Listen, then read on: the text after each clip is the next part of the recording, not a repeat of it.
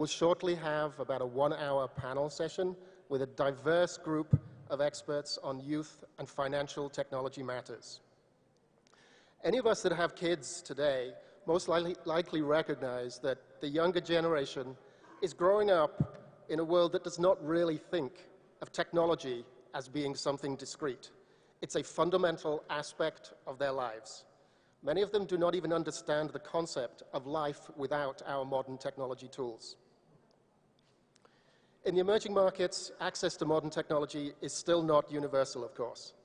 In sub-Saharan Africa, smartphone adoption is only at about 36%. It's expecting to reach about 66% in 5 years' time. You can contrast that with Latin America at 65%, Middle East and North Africa at 52%, and APAC at about 54%. Here in Africa, even feature phones, however, are being used for financial services. Research conducted by the African Center for Economic Transformation showed that more people are using their mobile devices, whether it's a smartphone or a feature phone, for accessing financial services rather than using traditional retail bank branches or ATMs. In Zambia, 75% of respondents reported having phones and using them for financial services, 59% on smartphones and 41% on feature phones. So you can see it's fairly well split. It used to be the case that when you started your first job, the most desired item for you to purchase with that paycheck was a motorbike or some form of transportation.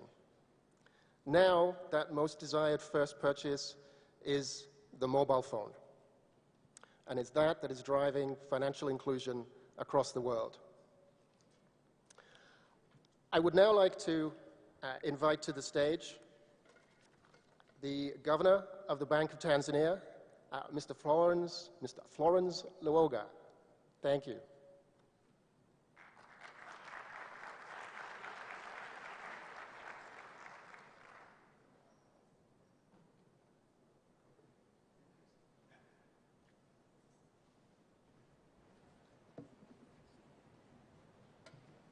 Good afternoon. Yeah, let me first thank you for inviting me, Steve, and I'm honored to be the theme setter this afternoon, especially given the importance of the subject of discussion this afternoon. Let me start by saying that the youth are the present and the future. And the youth are both an asset and a challenge. Today, our responsibility or our obligation is to bridge the youth to the force that will build our economies and sustain development. In other words, they are indispensable. And if we ignore them, then they will assert their position in society. And they may assert their position when they are least prepared to take the responsibilities of steering development and governance in our countries. I would like to share with you a short an experience in Tanzania concerning the youth and what they are capable of doing and why we need to have them prepared. When Tanzania adopted the multi-party system, the political parties were led by the older people. And they used to tell the youth that you are for tomorrow, not today. So be patient, your time will come. So they couldn't contest for elections and all that because they were told their time is tomorrow. What the politicians did not consider is that demographically, the youth were becoming the larger voter group They become young persons, and they are the majority of the voters. So what they did was to campaign for themselves, and when elections came, they voted for each other. So suddenly the parliament was full of young people, and the older politicians were displaced. And everybody started complaining that the youth are least prepared to take political leadership. But who should have prepared them? The lesson is that if we ignore the youth today, they will enter the system anyway. And the danger is that when they enter the system least prepared, they move in as a tide, and they can be destructive. But we can all prepare them and make sure that instead of being a destructive tide, they are an asset which is harnessed in order to make sure that they take their position in the society. They become part of the levers of economic development, who know what they need to achieve and how they should achieve. So today, when we talk of financial inclusion of the youth, we are talking of an imperative. It's not an option. It is an imperative. Either you give them access, and they know how to access, and they know how to make use of that access responsibly and in a way that pushes forward economic development.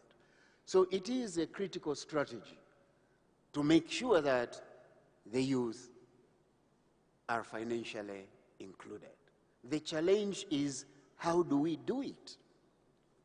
And this is where the importance of technology comes in. The tendency today is for our financial sector to look at the youth as a group of people who are highly risky.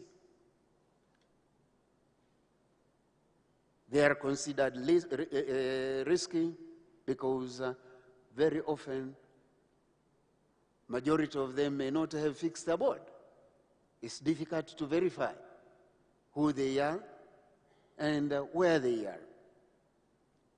You cannot use the parameters we know of verifying whether the youth are credible or creditworthy, or otherwise you can trust them when you give them access. And you cannot even expect them to transact or deal with you using the tests we use. For instance, having collateral. There is no collateral when you are dealing with the youth. But technology makes it possible to make the youth visible, makes it possible to make the youth verifiable, makes it possible to communicate with the youth, because the youth often fear to interact with the financial institutions because of the many requirements that financial institutions impose, because of the fear that entering the financial sector is exposing oneself to processes that are unknown. So while the banks fear the youth as well fear the banks.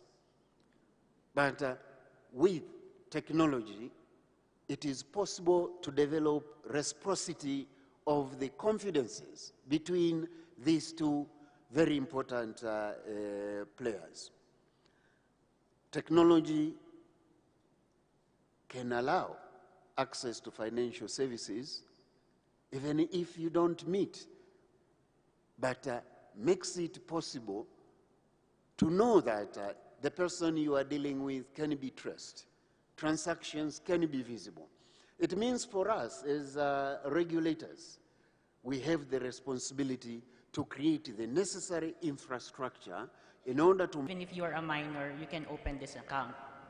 And in terms of access to credit, I agree with the Honorable Governor that many financial institutions perceive the young people as risky because they don't have the collateral. So in our case, microfinance has been a critical enabler of access to credit for young entrepreneurs, especially women entrepreneurs. So you can see they're actually the winner of our Youth Micro Entrepreneurship Awards last year. So she's a midwife, and she's actually hosting a birthing clinic in a community, small community that is three hours away from the hospital. And to date, she had brought life to more than 2,000 babies.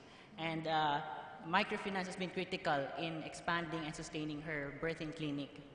And as a response to the lack of trust and lack of awareness, we have been, like many other countries, we have been investing on financial literacy, although we have been redesigning our approach in such a way that it will be more sustainable. Before, we have been doing these financial literacy roadshows to go to the provinces, but this is not sustainable. It's resource intensive, so we're now focusing on leveraging on strategic partnerships with stakeholders who can do multiplier effects so that it will be more sustainable. And we're also focusing on digital content creation. Very interesting. At $2 less to open an account, that's pretty good availability. Jamie, could I turn to you? How does your experience compare in terms of best practices in driving youth financial inclusion? Yeah, thank you. So when thinking about best practices, and I'm thinking about technology and its use, I really want to emphasize that tech is a tool, a really incredible tool, but really just a tool that we can use to remove the roadblocks that we're seeing in the way to youth basically just being able to see and achieve their dreams. And I think that one thing that I've learned over the years, both working on the supply and the policy side, but also on the demand side, is that we can't really optimally leverage the tools that we have, as incredible as they are, if we aren't including youth in the dialogue, and we're not listening to what their needs are and what their dreams are and what the barriers are for them to actually achieve those dreams. And so I want to commend AFI because we actually have several youth on this panel and representatives of youth, and we're here listening, I hope, to what you have to say. And so just a big congratulations, because for many years it's been a lot of assumptions without really hearing. So what I've heard and what I've seen over the years is what youth really want is to be able to use financial services to have agency, their own empowered agency to make decisions about where they're headed in their lives and to be able to see a future that's what they dream. And I think that really means safe and fair access to both to capital and to resources, access to information to support decision making in their economic life, access to tools that not only help them to manage the resources that they have, but to also help them thrive in whatever way that means to him. And so technology can really close those access gaps. It can bring these services closer and resources closer by literally physical proximity, but also by connecting youth to the more suitable products and services like digital credit that is a more convenient and sometimes less collateral intensive way to access credit for entrepreneurs, like savings and similar. Also connecting them with platforms and networks to make payments, to receive payments, to sell goods and services when they're moving into that world. And one of the reasons why youth is it's such a compelling market for this is that youth are the early adopters of technology.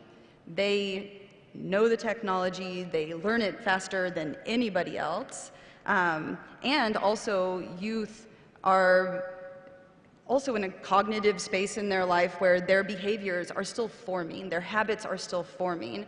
To include them early is to make an investment in their ability to really thrive and really be economic actors over the long term. So it's really important to think about those access gaps and to bring youth in.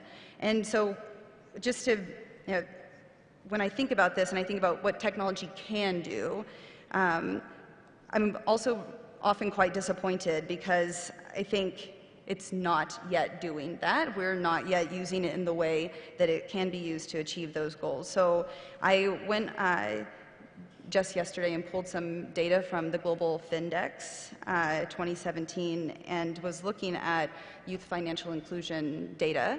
And we have made some progress. Globally, 53% of youth 15 to 24, by that definition, have an account, and that is up from 47% the last time. But by most other measures, we're falling pretty far short, and even that 53% is a huge gap relative to global adult financial inclusion, which is sitting closer to 70%. So just a few quick things I'll throw out and then I'll pause. Borrowing among youth is extremely high. It's the service that's used more than anything else. It's up to 44% in sub-Saharan Africa. The frequent borrowing is happening among youth. At the same time, savings is going down. It's down 5% in low and middle income countries from 2014 to 2017. Only 30% or so have used a digital tool to make or receive a payment. And perhaps what's even the most concerning stat for me is that globally, 46% of youth 15 to 24 say that they could not come up with funds in the case of an emergency. That's the highest percentage of any of the stats in the entire FinTech for youth is 46%, and in sub-Saharan Africa that was 55%. And there's no gender disaggregation, sex disaggregation of the data within the global FinTech, but I would wager a pretty significant bet that if you actually looked at females versus male youth across all of this data, that you would find much bigger gaps for young women and adolescent girls than you would for men. And so, I think that even though there's all this promise of technology, there's a lot going on, there's really clearly something that is also missing. And so technology can do so much, but why has it not achieved its goals? And is it that we're not listening to youth and building the products and services they need? Or is it something much more fundamental in the rules that are put in place and the laws that prohibit youth from being able to access accounts at a certain age? Is it something else? And so I think that we need to take a really fundamental look at the gaps that exist and thinking about what the Honorable Governor said. If we're not including youth today, we are absolutely leaving them behind in the digital era. And so we really need to start taking this really seriously, and it might be more than just access alone that we need to be thinking about. More than just access. Martin, you've been building new services and solutions for the youth. Can you describe some of those innovations that you've brought to the market for us? Thanks. For us, I think this is a case very close to our hearts. So we are looking at Africa today. It's expecting to double its population in the next 30 years. Over 50% of its population are young generation.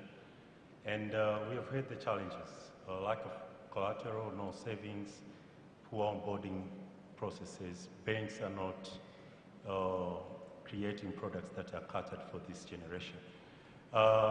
We are building platforms, and specifically we are building two platforms focusing on youth and women.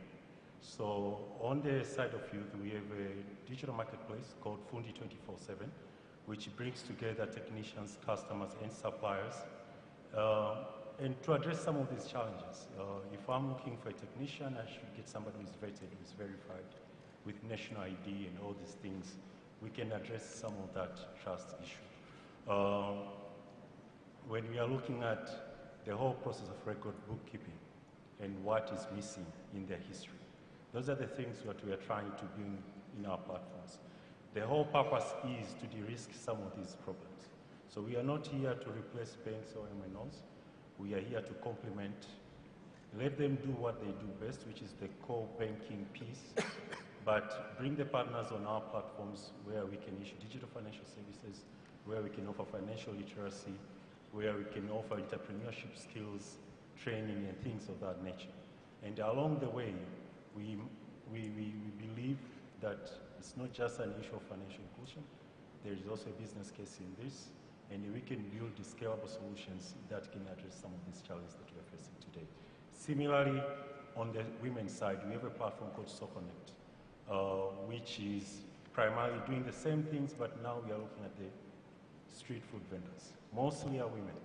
They are serving food, and they are selling their daily business at almost a throwaway price. So we, through the research that recently concluded and with support of FSDT Tanzania, we have just realized one of the biggest challenges that these women have is record keeping. They do not understand how to run their businesses. So now on our platform, what we will be doing is provide them with that mechanism to keep their record from a daily basis all the way up to the full year, understand their business, then we can start bringing them the digital financial services we are talking about, the saving products, the credit products, the insurance, and there's so many use cases that can help these two groups to achieve what they want to achieve. So you mentioned credit, insurance, and Jamie, you mentioned borrowing as well. It seems to be a central theme. From the regulatory perspective, Manat, what controls do you look to put in place to protect youth from potential abusive practices? Okay, so I think we can look at it for example, per product. So if you're looking at savings product, we're seeing that there's not much risk as compared to offering of credit, and because in credit there will be the risk of over-indebtedness. In terms of payment products, there's also that risk that may expose the youth to inappropriate content. So for example, if you have this credit card or debit card, you might be able to use it to buy something illegal or to buy something inappropriate to your age. So we must also be cautious of that kind of risk to be engaged in risky behaviors for the youth. So I think for the risk on cybersecurity, data privacy, disclosure, and transparency, on the part of the regulator, there should be a comprehensive financial consumer protection framework that will set standards for financial institutions to follow. And then on the part of financial institution, they should be able to follow these standards and be responsive and responsible in the delivery of financial services. And then on the part of the consumers, of course, they should also do their part because consumer protection is a shared responsibility among the regulators, the financial service providers, and the users themselves.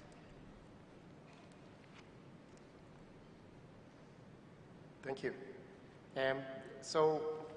There's a requirement for controls to protect them, yet our youth tend to think of themselves as digital natives. Ariane, you've been working with education of these folks as well. What is your experience of how they view controls placed on their access and usage rights? Great. So in terms of digital financial literacy, so what I would highly recommend is now identifying and supporting effective initiatives that are in this sector, and then make the youth also responsible for creating these solutions that will enable them to be financially included.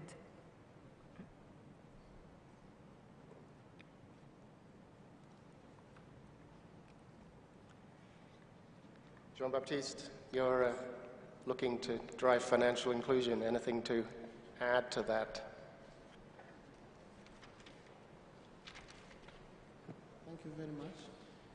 When we talk about financial inclusion to that category, we are meaning we want to optimize the capacity of the youth.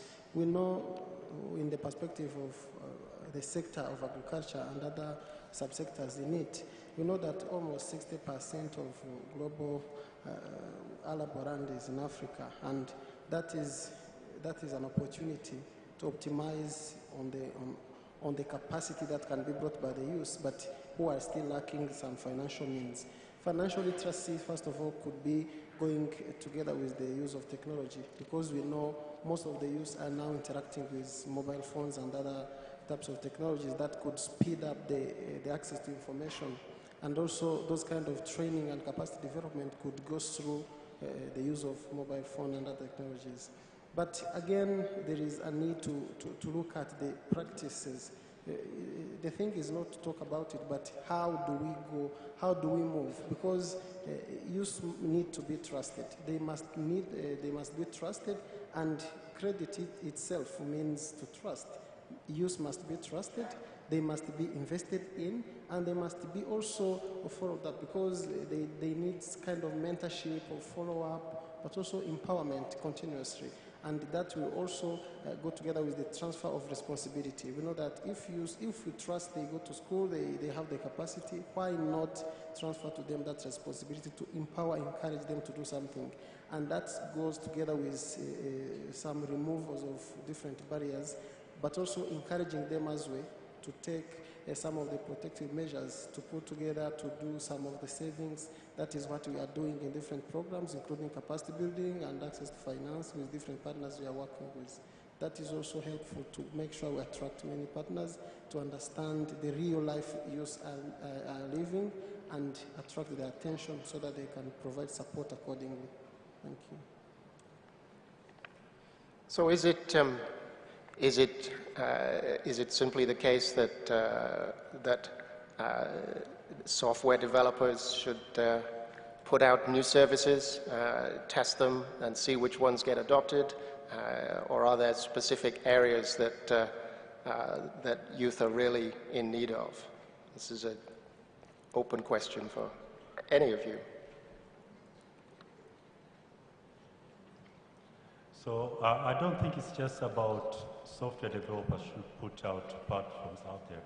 I honestly believe it should be a partnership, not only among service providers, but also regulators and policymakers in driving these solutions. So when we talk about regulators, if the regulators today do not understand some of these emerging technologies which are driving the development of these platforms, it will also be challenging for the developers to just put platforms out there. So, and we have seen most of regulators these days picking up interest in understanding some of these technologies, whether it's cloud computing, blockchain, artificial intelligence, and data analytics. And I think that should be encouraged across the board. At the same time, the fintechs themselves, it's not just about them. We also have to understand that we need other partners. So whether it's banks, MNOs, training institutions, others who are playing in this space, we should develop things that will be inclusive to all of us. At the end of the day, we can't do everything. When it comes to, let's say, for example, financial literacy, we can provide the platform, but the content and everything else has to come from somebody else. So we should stick to our core strength. And I believe the fintech space is really to reduce the gaps that are there. When you talk about banks, they do not understand the youth and its market. We can help them with the data that is missing. Through the phones we have today and the internet connectivity and the reach that we can get, we can provide them a lot of information that will drive their decision making.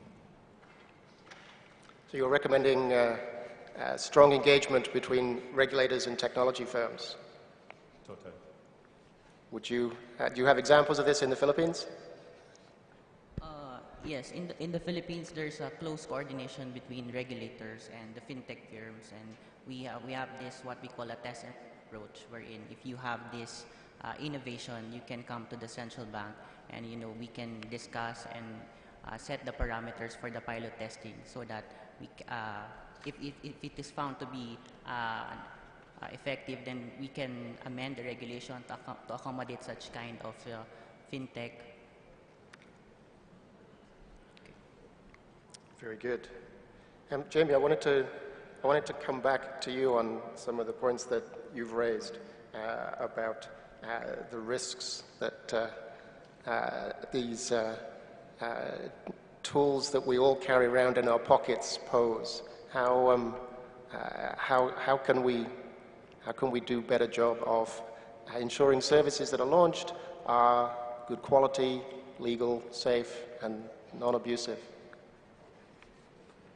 Well, I think we've covered a lot with the partnership between the providers and the regulators, and I think there's a lot we know about consumer risks in digital financial services. How those manifest in the case of youth becomes really interesting. So there are problems with lack of adequate recourse as well as inadequate disclosure. So do you know what you're getting into? Do you know when you get the notices to prompt you to take digital credit, what the terms and conditions actually are? But then also, when something goes wrong, is there a place to go in order to solve those problems?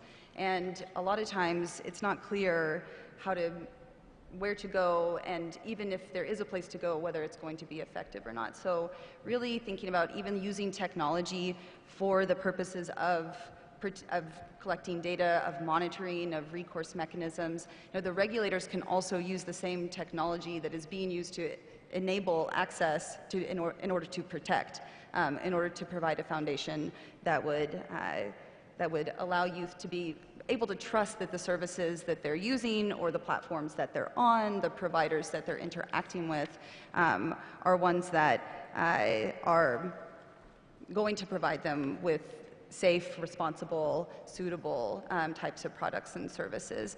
And so I do think it's a two-way street, maybe a three-way street, if you include the youth themselves and their own personal responsibility. But it's the providers and the regulators that have responsibility for mitigating consumer risks. And it's really important for actually, I think, enabling and encouraging youth financial inclusion, that it's not just seen as a way to protect.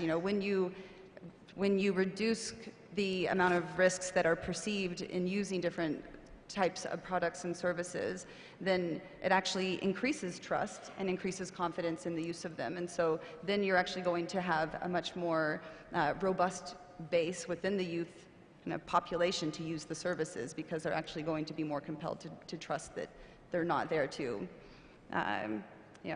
manipulate them, or to, if something goes wrong, that they won't be able to resolve it. So I think it's actually an all hands on deck approach when it comes to youth, especially because they are technically a protected class under the UN. They are more vulnerable, and so that's just something that we have to all bear in mind when we're thinking about what we're doing to both enable and encourage their empowerment. Anyone else things to add on that?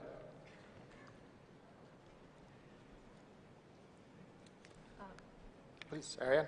Yes, so, one thing I would like to add on is to emphasize what my fellow speakers have been saying in terms of financial institutions, getting to understand the needs of youth, and by understanding the needs of youth and providing solutions that are in line with what they really need.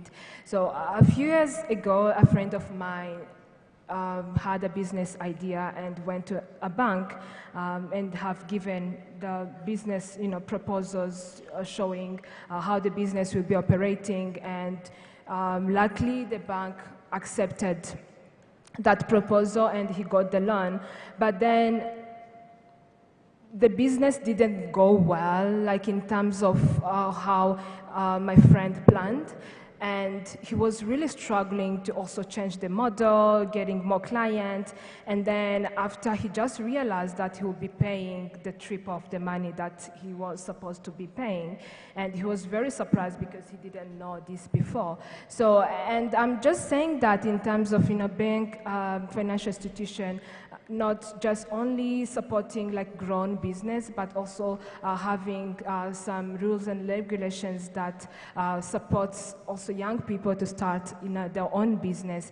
And this will also bring me to the last point on youth also responsibilities to seek for opportunities to advance their financial literacy skills, and for them to also seek information regarding any financial services they're now looking for, and also understand the rules, the fees, and penalties, and this will also permit them to manage well their well-being financially. Yes, managing financial well-being. Yeah, when we look at what technology can bring, then certainly one of the things that comes to my mind is when we look at youth, they are almost always lacking in credit history. They typically do not have long experience of using financial services. One of the areas that I've been impressed with is companies that are looking at alternative credit scoring to drive financial inclusion, and using individuals' mobile data to provide an alternative mechanism aside from traditional credit scoring. And this would help, I believe, to provide greater financial inclusion and offering people methods for borrowing that can come from traditional providers, but would require data coming from the technology sector. Martin, I know that you've been working on new solutions. Do you have experience on this? Yeah, so I'll give an example. In our Fundi 24/7 platform, what we have done is we have enabled electronic payments. So we encourage the technicians to have a bank account or a mobile money wallet onboarded into our platform, and that way they can receive payments electronically. What we do with our data is just to, apart from record keeping for themselves, is to build analytics model behind it and show a proof that actually these people have income, they are credible because we verify them through national ID, they are trustworthy because customers rate them, leave reviews, and everything else. It's very common in many of African markets. You engage a technician, they come to you, they tell you, I can fix this, but I don't have money, can you please issue me an advance? And I shouldn't be taking the liability as a customer, because what if something goes wrong? So for us, we say, encourage your customers to pay you electronically. We'll keep your records. Then after a few months of consistent record, we can bring a bank, we can bring an MNO, a microfinance, to issue that credit, to issue that advance that you need as a working capital to get through by the week. At the end of the day, we can prove that you've earned some amount consistent. And then that opens up so many other use cases that you can think of. You talk about microinsurance. You talk about suppliers who are selling materials. You're talking about other guys who can rent equipment to these technicians. All of a sudden, this person is credible and can be served by different partners. And we don't have to do it ourselves on our platform. We bring partners who can serve them. And all of a sudden, instead of one technician, you can look at them as a small business which can hire 2, 3, 4, and over a period of time, they will grow. So when we talk about youth unemployment, this could be potentially one of the solutions. Of course, we are not naive, and we understand, as other panelists have mentioned, there's issues around consumer protection, data privacy, and all these things. And that's when, as much as we have to be responsible as software developers, we also need to work closely with regulators and other policymakers to make sure these risks are addressed way up front. So it sounds like you could almost set up some type of virtual loop in terms of better access to devices, providing better access to finance, providing improved usage of those devices, and young entrepreneurs then setting up businesses that would create new technologies and new solutions, again furthering economic growth in these segments driven by youth. The key for all of this is clearly going to be education. And Arian, I'd like to come back to you on this one again. How important and how interested are youth in STEM issues and educational aspects? So in terms of STEM, I think youth youth are very interested in this when it comes to solutions that will enable them to ease their lives in many different ways. This is something that youth can easily embrace in terms of technology that will also allow them to, learn different things and also have access to different knowledge. So this is something that youth embrace easily, and that is also highly recommendable. Thank you. I believe we have some questions from the floor. I'm happy to open up the discussion.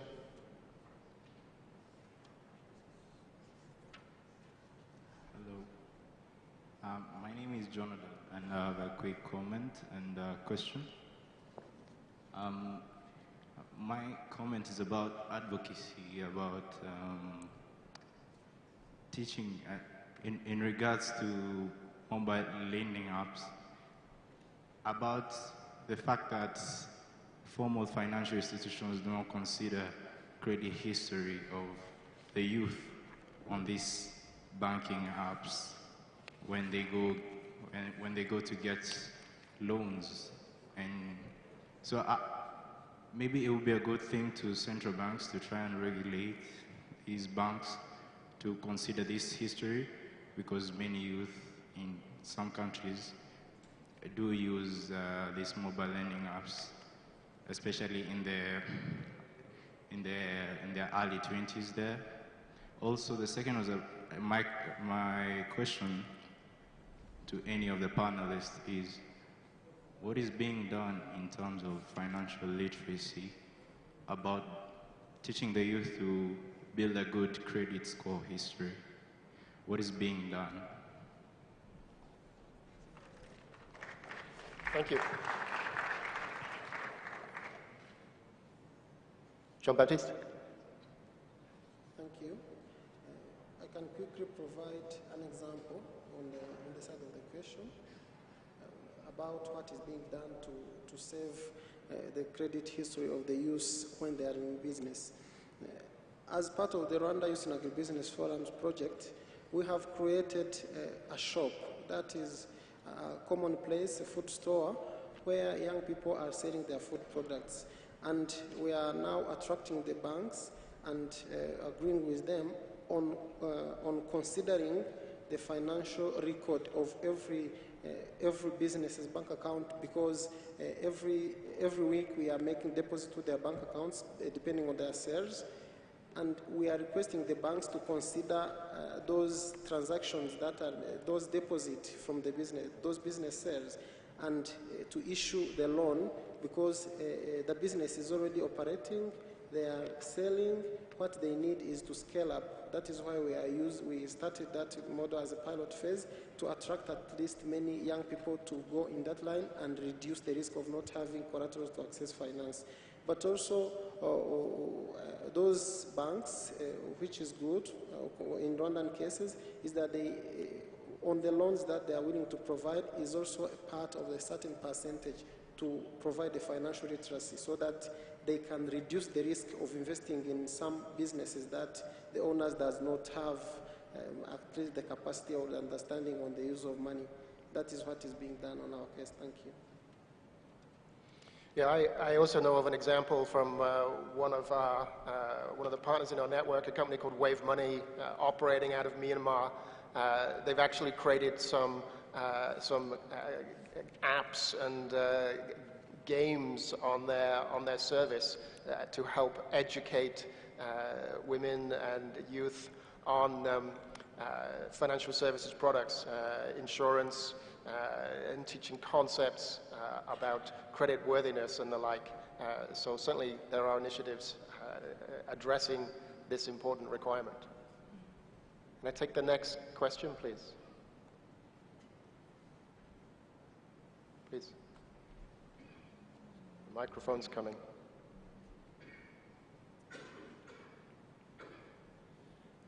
Thank you very much for that brilliant discussion.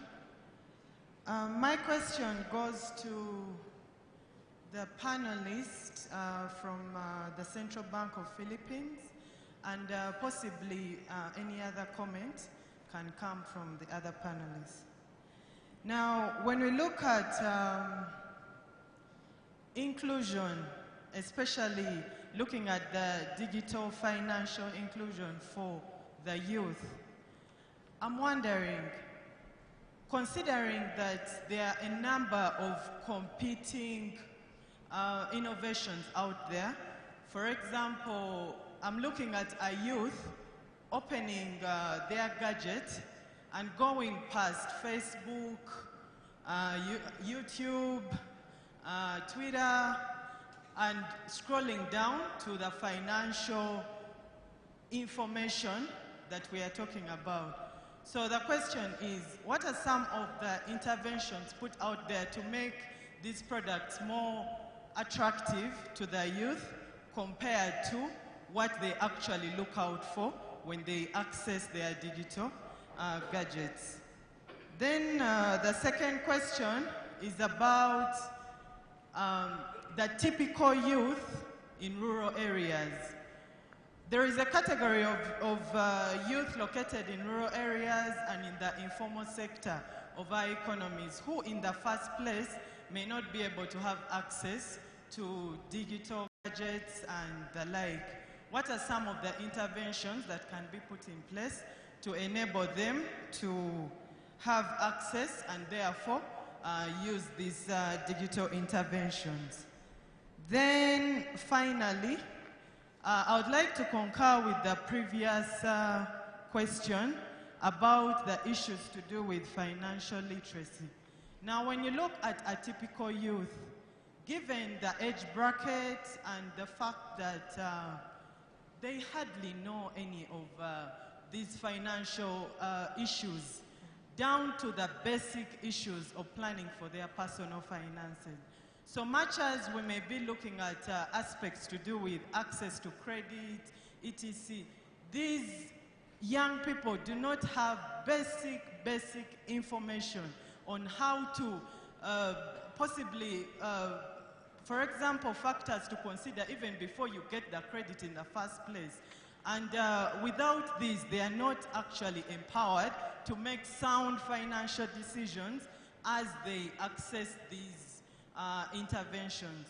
So I would like to know some of the aspects that could be considered, and possibly would I be right to look at all this and have financial literacy as indeed a foundation for the youth to be able to transition into a better understanding of how to use all the proposals and innovations that may be put out there. Thank you. Thank you for the 3 questions. I can take the last one. So, example us on the financial literacy, we understand the importance of making sure we don't expose the technicians to the services when they are not literate about what they're getting into. So we have levels in our platform. When you come in, you're just a basic technician, but you move up to become a silver, gold, platinum. And along the way, we make sure we provide that financial literacy to you. Once you've been trained, you understand all these things and their impact. That's the only way, or that's the only time when we can expose you to financial service providers and allow you to access these credit services. So by that time, we have addressed this issue. Of course, people can still be responsible, and it has to be a two-way street that you get punished for being irresponsible.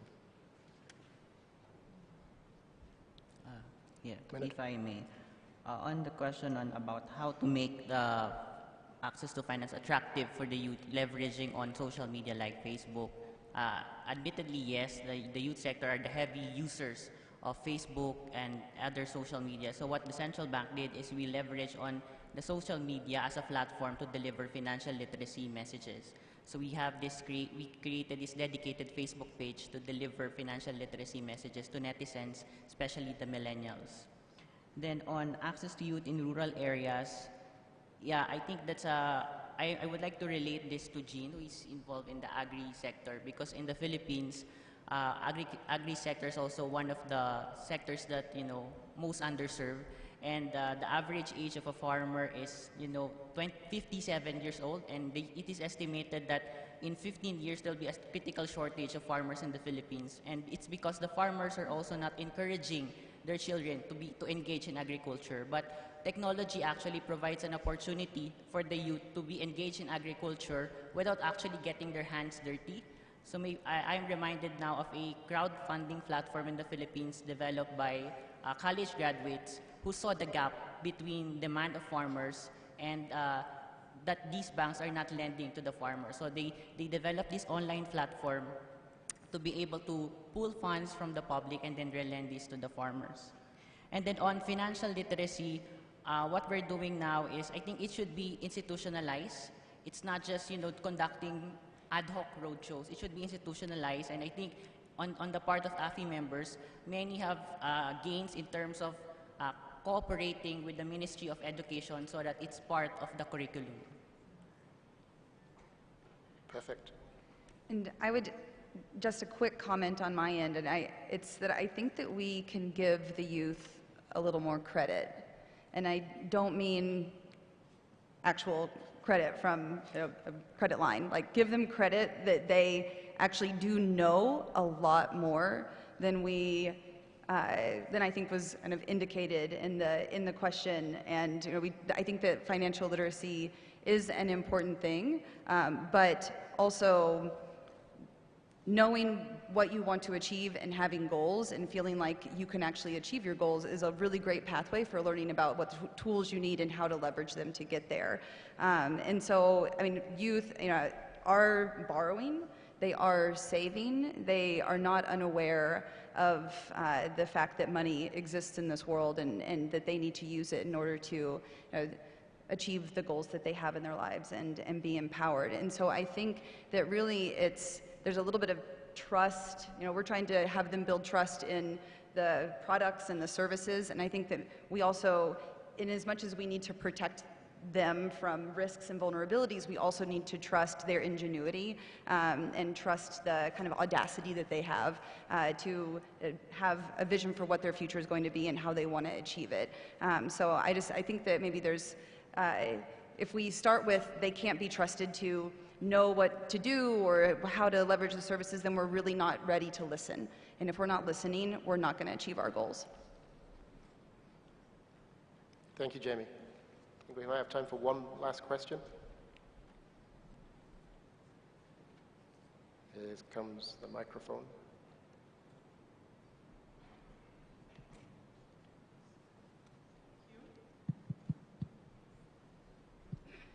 Thank you to the panelists for a good presentation.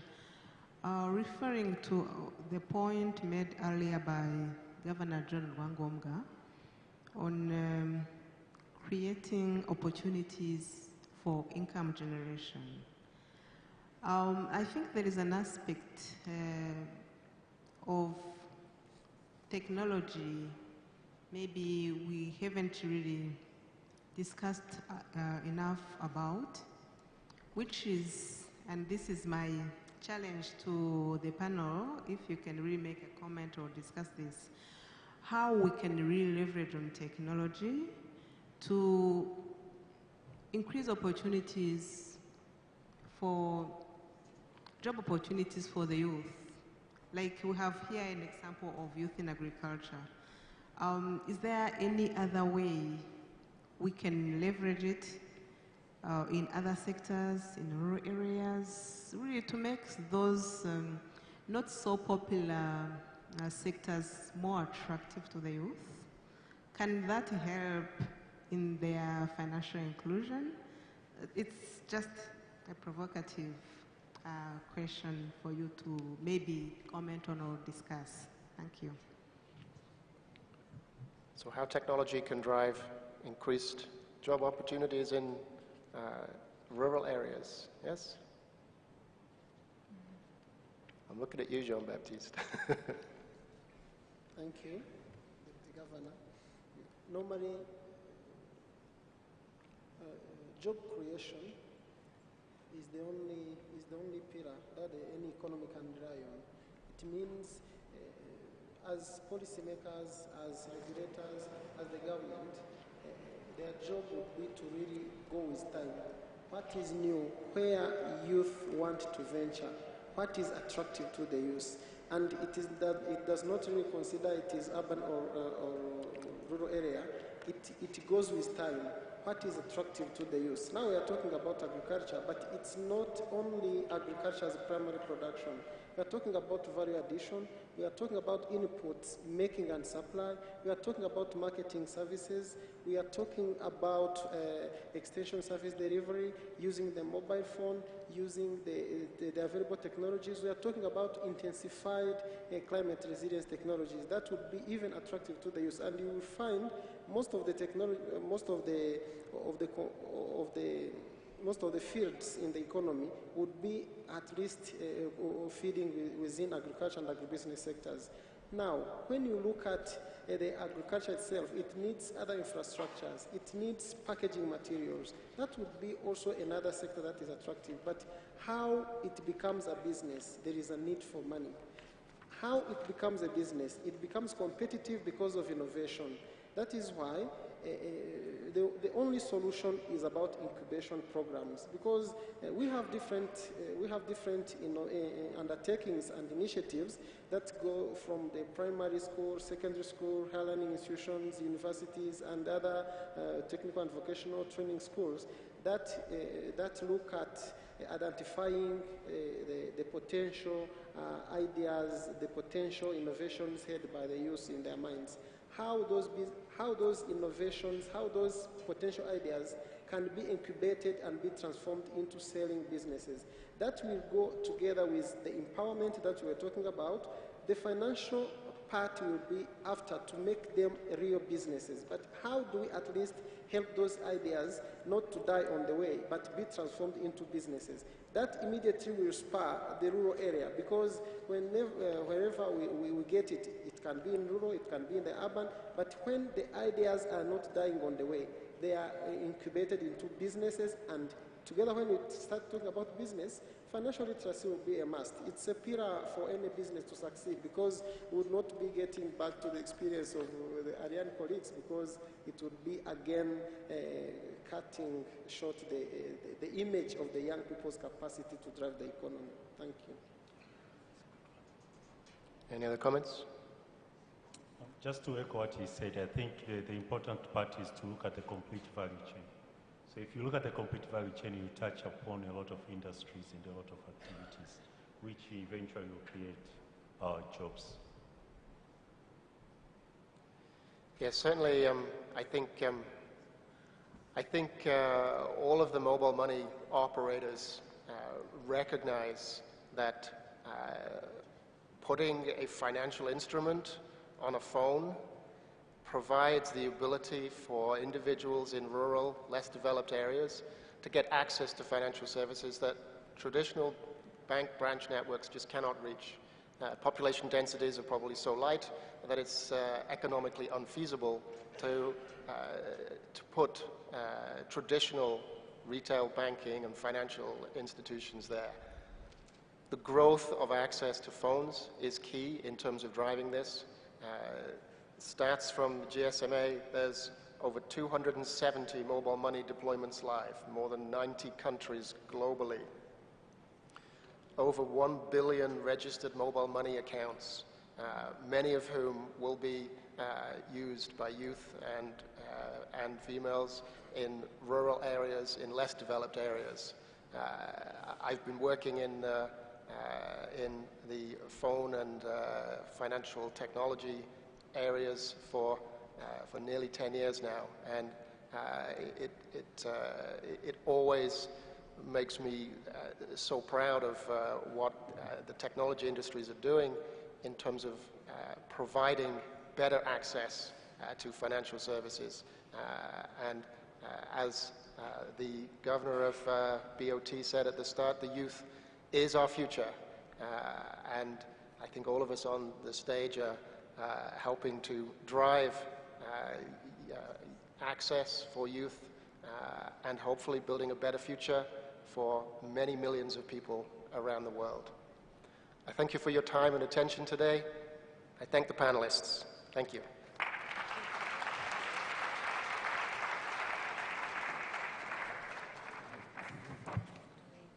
If we may give another round of applause to Mr. Stephen Vikers, who moderated this panel.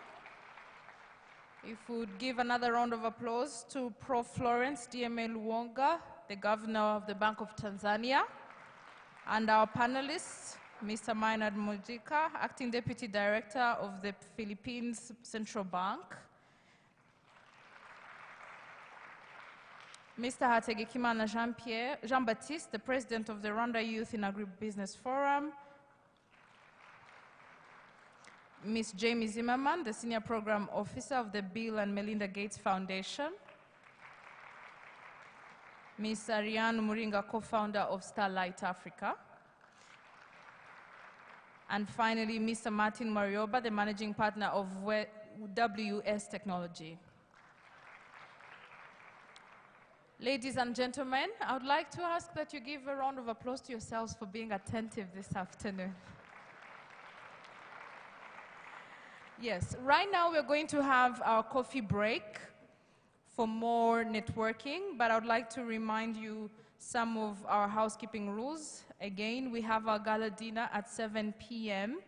and it's going to be at the Kigali Cultural Village. Shuttle service will be every 10 minutes, starting from 6:30 downstairs, and the VIPs have their specific vehicles that will pick and drop them there.